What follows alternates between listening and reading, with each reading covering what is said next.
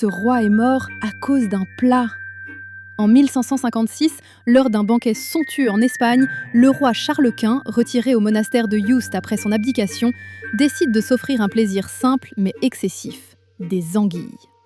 Ce mets, considéré comme délicat et très apprécié à l'époque, lui est servi en grande quantité, préparé avec des épices et du vin selon les recettes riches du XVIe siècle.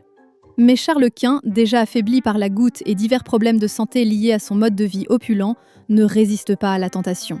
Il consomme une portion déraisonnable de ce plat gras et lourd, dans un contexte où les connaissances médicales sur la digestion et les maladies alimentaires étaient encore limitées. Rapidement après ce festin, il tombe gravement malade, souffrant de douleurs abdominales et de complications digestives sévères. Les témoignages historiques évoquent une aggravation brutale de son état dans les jours suivants. Ce qui rend l'histoire particulièrement cocasse, c'est que ce roi, l'un des plus puissants d'Europe, qui avait dominé un empire sur lequel le soleil ne se couchait jamais, aurait été vaincu non pas par une guerre ou un complot, mais par un excès d'anguilles.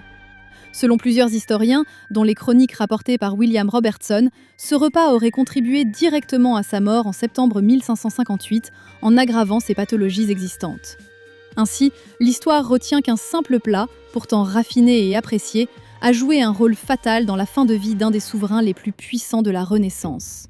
Une anecdote qui illustre parfaitement comment, même au sommet du pouvoir, un excès culinaire peut avoir des conséquences inattendues et tragiquement humaines.